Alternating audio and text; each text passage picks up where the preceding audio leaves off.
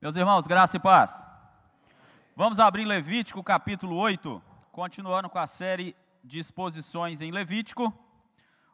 Hoje o capítulo 8, nós vamos ler do verso 1 a 4 de início e você, por gentileza, mantenha a sua Bíblia aberta.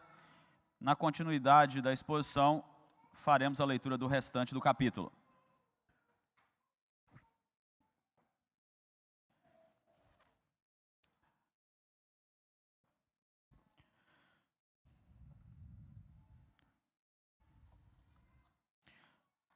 Levítico capítulo 8, verso 1 a 4, assim diz a palavra do Senhor. Disse mais o Senhor a Moisés: Toma Arão e seus filhos, e as vestes, e o óleo da unção, como também o novilho da oferta pelo pecado, e os 2 carneiros, e os cestos dos pães asmos. E ajunta toda a congregação à porta da tenda da congregação. Fez, pois, Moisés como o Senhor lhe ordenara, e a congregação se juntou à porta da tenda da congregação. Até aqui.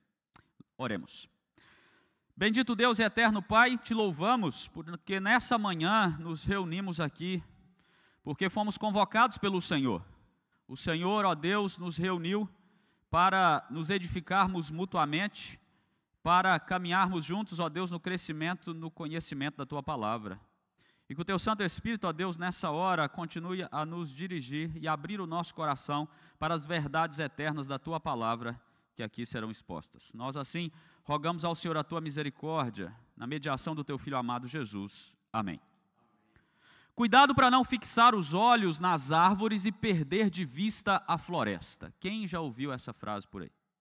Eu ouvi bastante isso na época do seminário, né? A gente ia fazer exegese e o professor, cuidado para não fixar os olhos nas árvores e perder de vista a floresta. Ou seja, cuidado para você não fixar os olhos nos detalhes e perder de vista o contexto geral, no meu caso lá, da passagem. Quando nós olhamos para o livro de Levítico, é possível também que nós fixemos os nossos olhos nas árvores e percamos de vista a floresta. Sacerdotes, obreias assadas, sacrifício, oferta pelo pecado, oferta de holocausto, carneiro, bode, por aí vai. O fato é que nós precisamos tomar cuidado com isso. E especialmente nesse capítulo eu gostaria que você olhasse para a floresta e não para as árvores. Porque do capítulo 1 até o finalzinho do capítulo 6 ao 7, a ênfase de Levítico é na maneira em que o adorador comum se aproxima de Deus com suas ofertas de sacrifício pelos seus pecados, oferta de gratidão, oferta de paz e por aí vai. Então, ali mais ou menos no meio do capítulo 6 até o capítulo 10, a ênfase está em Arão e os seus filhos, no sumo sacerdote e nos sacerdotes. E especialmente o capítulo 8, que é o capítulo da consagração, da ordenação, por assim dizer, de Arão e de seus filhos. O que Moisés está fazendo aqui foi aquilo que Deus já tinha orientado e está registrado em Êxodo 28, 29, a maneira em que Arão e seus filhos seriam preparados para oficiarem, para servirem na tenda do tabernáculo. E aqui chegamos. E você pode olhar e pensar, então a ênfase aqui é em Moisés, é Arão, é os seus filhos. Não é.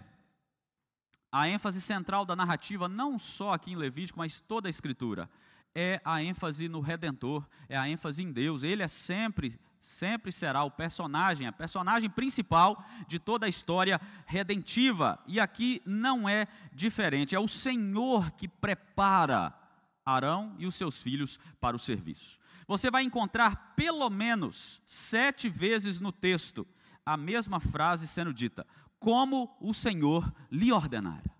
Vai fazer como o Senhor lhe ordenara. Isso vai se repetir várias vezes. Por exemplo, no verso 5, isto é o que o Senhor ordenou que se fizesse e assim caminhará. Então, este capítulo, ele é a preparação do sumo sacerdote e dos sacerdotes para o ofício? Sim, mas quem dá todas as diretrizes? É o Senhor. E para quem é esse serviço? É para o Senhor.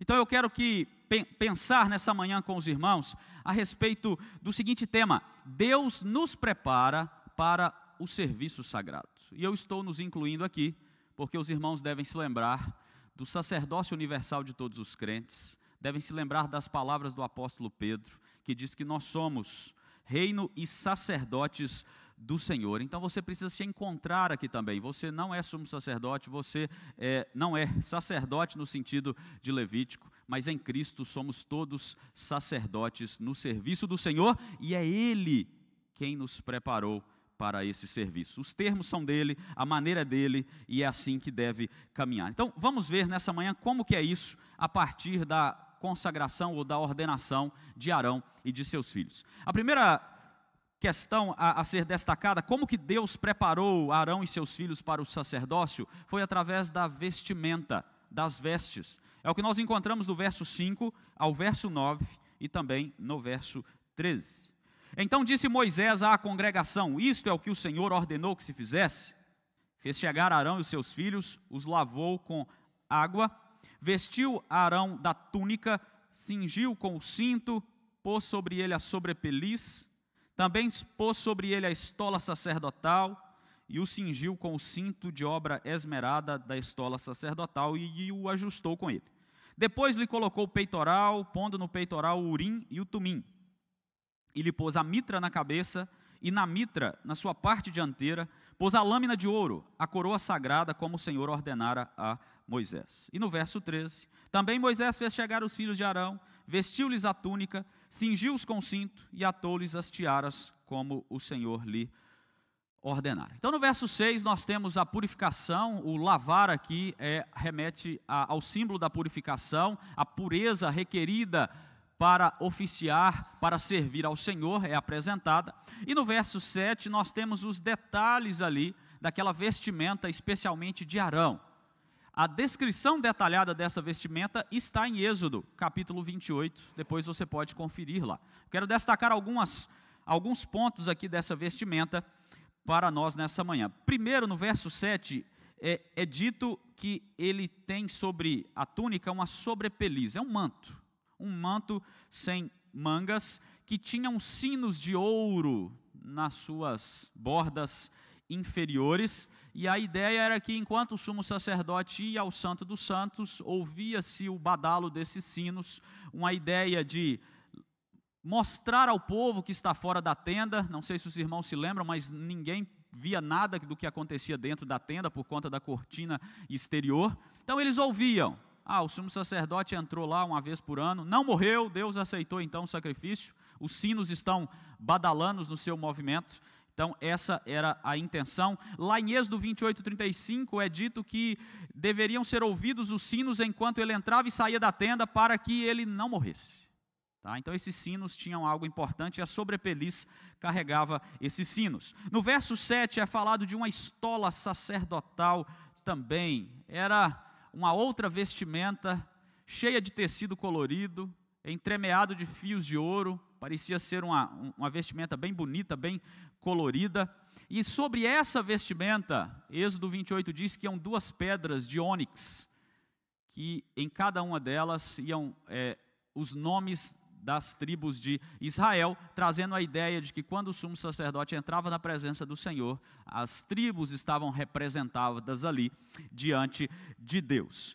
E no verso 8 nos fala sobre o peitoral. Nesse peitoral é que estão as 12 pedras preciosas, que também carregam o nome de cada tribo de Israel, e aparentemente haviam 2 bolsos laterais em que iam 2 pedras chamadas Urim e Tumim.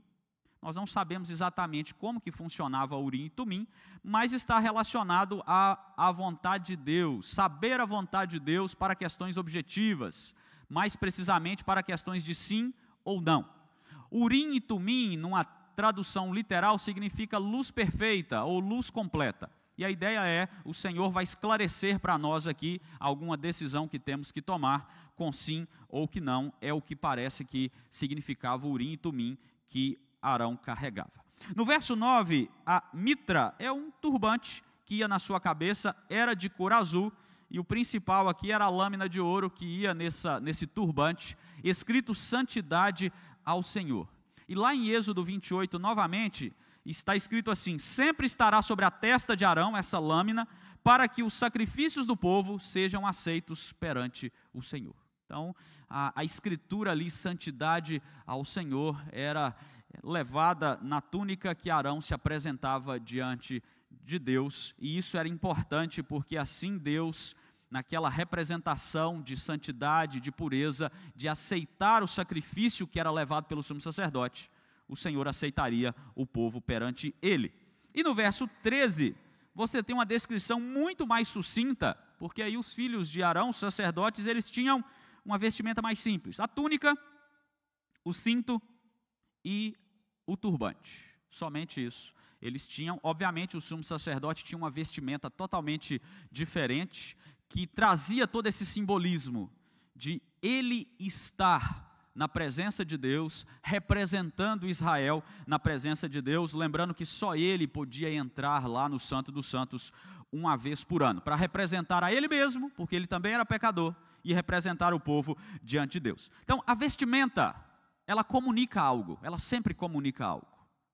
No caso de Arão aqui, comunica essa representação diante de Deus, comunica também santidade, comunica também que ele está diante de Deus, um Deus santo, um Deus majestoso, e que Deus aceita esse sumo sacerdócio na presença dele, uma vez que ele está fazendo tudo aquilo conforme o Senhor ordenou. Se você ler Êxodo, você vai ver que a ordem para todos esses detalhes vem de Deus, não veio da cabeça do homem, não veio da cabeça de Moisés, porque era assim que Deus queria que o sumo sacerdote se apresentasse diante dele.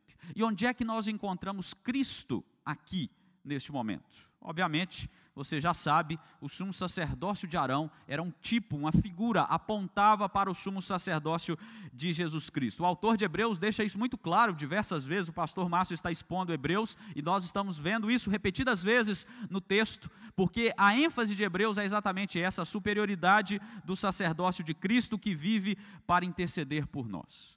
Agora veja que interessante, quais eram as vestimentas que Jesus usava quando ele foi crucificado? Ou quando ele passou por essa terra? Se parecia com o sumo sacerdote do Antigo Testamento? De jeito nenhum. Inclusive o sumo sacerdote da época dele, aparentemente tinha roupas muito bonitas, né? E esteve ali em conflito direto com o nosso Senhor. As vestes de Jesus se parecia mais com uma pessoa comum, e especificamente na sua crucificação com um ladrão na cruz. Foi colocado sobre Jesus, isso é interessante também, né? Um manto escarlate, uma coroa de espinhos, um caniço.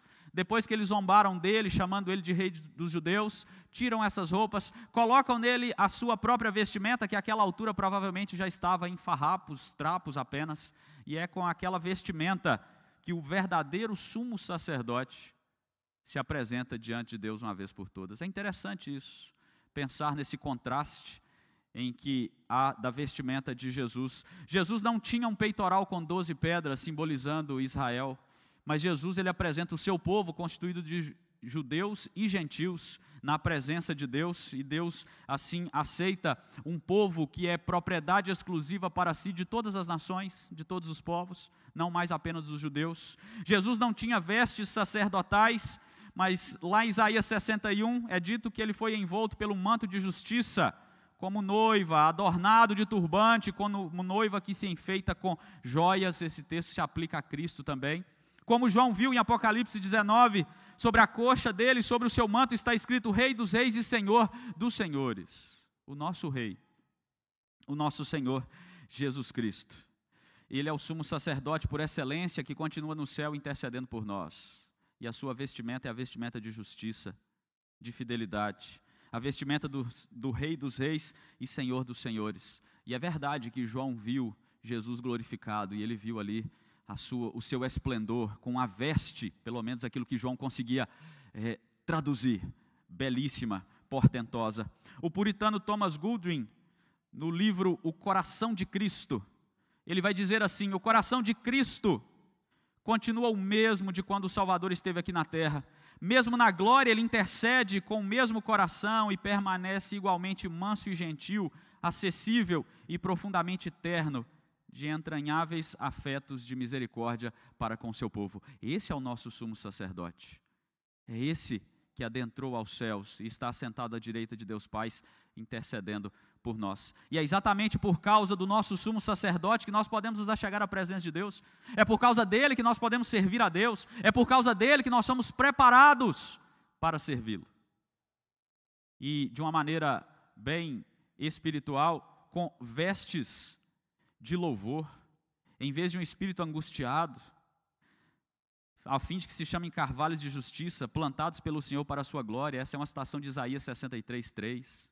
Paulo, quando fala aos Colossenses, no capítulo 3, ele diz: vocês já vos despiram do velho homem, e vocês se revestiram do novo homem, que se renova, se refaz para o pleno conhecimento, segundo a imagem de Jesus Cristo. E a ideia aqui de Paulo é tirar uma roupa antiga e vestir uma roupa nova.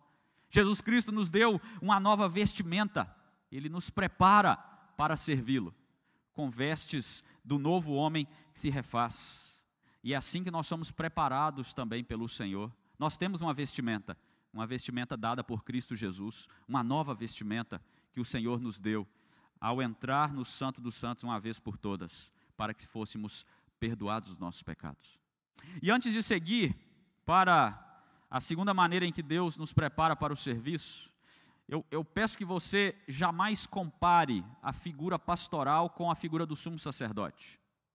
O único ponto de contato é que aparentemente nós usamos uma veste distintiva, que é o terno, né? Mas outras profissões usam terno também de maneira distintiva. É só isso que pode nos dar um ponto de contato. Nós não somos mediadores. O máximo que nós somos é parecidos com os sacerdotes, que todos nós somos sacerdotes diante do Senhor. O sumo sacerdócio, ele aponta diretamente para Jesus Cristo. Por isso que o pastor, ele não está em um pedestal acima da igreja. A oração dele não é mais forte, ele não é mais perfeito do que você, ele tem suas limitações. Se ele errar, ele precisa ser corrigido na palavra. Nós não temos mais privilégios do que os irmãos têm na presença de Deus. Que isso fique claro, para que ninguém traga isso à cabeça, uma ideia de uma casta superior, né? Nem o sumo sacerdócio era assim, a gente já falou isso em sermões anteriores aqui. Mas, seguindo, Deus vai nos preparar para o serviço também com a unção. É o que está no verso 10 a 12. Então Moisés tornou o óleo da unção e ungiu o tabernáculo e tudo que havia nele e o consagrou. E dele aspergiu 7 vezes sobre o altar, e ungiu o altar e todos os seus utensílios, como também a bacia e o seu suporte para os consagrar. Depois derramou do óleo da unção sobre a cabeça de Arão e ungiu para consagrá-lo. Então nós temos aqui um movimento agora para a questão do óleo da unção, que simbolizava purificação. E aquele ambiente com seus utensílios, com Arão e os seus filhos habilitados para servir ao Senhor.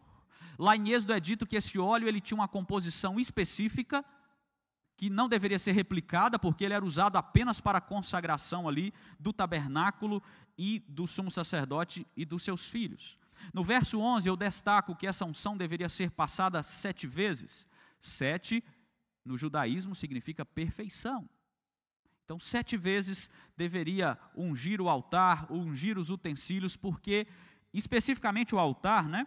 Destaca-se isso no verso 11, 7 vezes sobre o altar, porque era no altar que dia e noite, de dia e de noite, eram oferecidos os holocaustos como oferta pelo pecado do povo.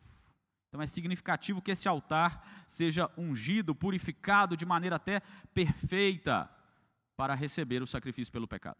No verso 12 você vai ver que neste momento aqui apenas Arão recebe o óleo da unção. Lá na frente os seus filhos vão receber também, durante a consagração. Mas aqui é só ele, por quê? Porque é só Arão que entra no Santo dos Santos uma vez no ano para expiar o pecado do povo. Então era importante ele receber essa unção nesse momento. E esse ato de ungir ele é muito comum no tríplice ofício, profeta, sacerdote e rei. Era bastante usado, especialmente com o rei. Nós lemos lá em 1 Samuel 16:13, quando Samuel toma o chifre do azeite e unge Davi, é dito que daquele dia em diante o Espírito do Senhor se apossou de Davi. Entenda, todo crente, desde o Antigo Testamento, era habitado pelo Espírito Santo. Mas havia aqueles crentes que recebiam tarefas especiais, específicas, e eles tinham uma unção de serviço, digamos assim, do Espírito Santo sobre a vida deles. É o caso de profetas, sacerdotes e reis. E aí, existe um engano que perdura com essa ideia da unção, que em alguns arraiais evangélicos nós temos a ideia do ungido do Senhor até hoje, ou não toque no ungido do Senhor, e isso é um engano, irmãos, porque a unção, ela enfatizava profeta, sacerdote e rei. Tudo isso já se cumpriu em Cristo. Em Cristo. Como eu disse, não nos pastores. Não tem um paralelo com os pastores hoje. Tem um paralelo com a obra de Cristo. Então, se o ungido do Senhor é apropriado por alguém hoje em dia, a conclusão lógica é que ele está se apropriando de algo que apontava para Cristo. E aí seja maldito todo aquele que se coloca no lugar de Cristo, obviamente. Então isso não faz sentido, tá? A unção, ela tem relação direta com os ofícios que apontavam para Jesus Cristo. Acompanhe a leitura comigo de Isaías 61, verso 1 e 2. O Espírito do Senhor Deus está sobre mim, porque o Senhor me ungiu para pregar boas novas aos quebrantados. Enviou-me a curar os quebrantados de coração, a proclamar libertação aos cativos, e a pôr em liberdade os algemados, e a pregoar o ano aceitável do Senhor, e o dia da vingança do nosso Deus, a consolar todos os que choram. Certa vez Jesus entrou numa sinagoga, deram um rolo de Isaías para ele, e qual o texto que ele leu? Isaías 61, verso 1 e 2, e no final ele fechou e ainda completou: hoje se cumpriu a escritura que acabais de ouvir. Jesus foi ungido pelo Espírito Santo. Jesus é aquele que recebe a unção para fazer tudo aquilo que está coordenado com a primeira e a terceira pessoa da Trindade. A Trindade Santa tem um plano de redenção. E faz parte também Jesus Cristo ser ungido, porque Ele é o profeta, Ele é o sacerdote e Ele é o rei. Então assim, a unção de Arão é um tipo da unção de Cristo, aponta para Cristo. Mas você sabe que Arão é imperfeito, Cristo não é, Cristo é perfeito. E Cristo de modo gracioso nos dá da unção do seu Santo Espírito. Não da maneira que foi dada a Ele, obviamente. Mas ele diz aos seus discípulos que ele enviaria outro Consolador, o Espírito que o mundo não conhecia. Quando nós lemos em Atos capítulo 2, nós vemos a prova disso. Quando nós lemos a primeira carta de João, capítulo 2, verso 20, ele diz assim: vocês possuem a unção que vem do Santo, e todos tendes conhecimento. Então todo crente, ele é ungido com o Espírito Santo de Deus no ato da sua conversão. Não tem segunda unção, terceira unção, quarta unção, isso não existe. O Espírito Santo de Deus passa a habitar no crente quando ele se converte e ele habilita o crente para o serviço. O Espírito Santo de Deus abre o coração para entendermos as verdades do Evangelho. O Espírito Santo de Deus produz fruto em nossa vida. O Espírito Santo de Deus nos cela, nos garante como pertencentes a Cristo, e nós não podemos perder a salvação. É a unção do Espírito Santo que está sobre nós, que nos conduz para uma vida de frutificação, de serviço, de vida com Cristo. E o Espírito continua habitando em você se você é crente. E você então está, ou você recebe essa unção sobre a sua vida. Para qual serviço Deus está nos ungindo? Para muitos, mas nós poderíamos trazer uma ênfase na proclamação do Evangelho e na intercessão pela conversão dos perdidos. Porque o Espírito Santo vai conduzir os seus para fazer isso, proclamar o Evangelho. É isso que nós lemos em Isaías, inclusive, 61. Então, você já está preparado, você já está ungido se você é crente. Não tem uma segunda, uma terceira unção. Você está habilitado não pela sua capacidade, mas pela capacidade do Espírito Santo de Deus, que te conduz para esse serviço. Então, nós precisamos nos atentar a isso. Pregar o Evangelho, interceder pela conversão dos perdidos, entender que o nosso trabalho principal é esse, proclamação, glorificar a Deus com a nossa vida através da proclamação. E se nós corremos para lá e para cá fazendo um monte de coisa que não é a ênfase principal pela qual nós somos ungidos pelo Espírito Santo, nós precisamos refazer a rota e ver o que está de errado. É possível que nós façamos como igreja muitas coisas que passam longe da proclamação do Evangelho. E Deus nos capacita para proclamar o Evangelho e buscar levar as boas novas de salvação aos perdidos. O terceiro preparo que o texto apresenta está do verso 14 ao 36. Envolve expiação e consagração. O verso 14, então fez chegar o novilho da oferta pelo pecado. E aí você tem o mesmo rito que nós temos nos capítulos anteriores de Levítico, como o leigo deveria apresentar sua oferta pelo pecado. Mas o verso 14 já chama atenção para algo. Novilho do pecado. Um lembrete para Arão e para seus filhos. Vocês são pecadores também. Vocês precisam de expiação. Vocês precisam ser perdoados também dos seus pecados. Veja o verso 18. Depois fez chegar o carneiro do holocausto. O carneiro do holocausto é a mesma oferta de Levítico capítulo 1. É a mesma ideia aqui. Tá? E representava a dedicação total de Arão e sua família no serviço ao Senhor. Verso 22. Então fez chegar o outro carneiro, o carneiro da consagração. E aí no verso 23 nós temos algo diferente. Moisés matou o animal, tomou do seu sangue, pôs sobre a ponta da orelha direita de Arão, sobre o polegar da sua mão direita, sobre o polegar do seu pé direito. Ele vai fazer isso também com os seus filhos. E a ideia é de inteira consagração. Tá? O lado direito, na cultura judaica, traz essa associação de honra, dignidade, aquilo que é mais importante. Por isso, sempre do lado direito. E me permitam fazer um adendo aqui agora, um parênteses, na verdade, eu acho que hoje é propício para isso. A gente vê na internet muita gente instrumentalizando a Escritura para fins políticos, direita, esquerda. A Bíblia não fala disso, irmãos.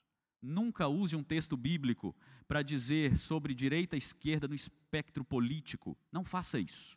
A Bíblia fala de direita num sentido cultural, de ser algo mais honroso, mais digno, mais apropriado. Por isso, este lado era salpicado com o sangue. Então, fecha esse parênteses aqui, nesse dia. Além disso, a consagração, você deve se lembrar que ela começou com a unção do óleo e agora ela vai com sangue. Porque se passou o sangue, mesmo que seja apenas nas extremidades do sumo sacerdote e dos seus filhos, é uma consagração.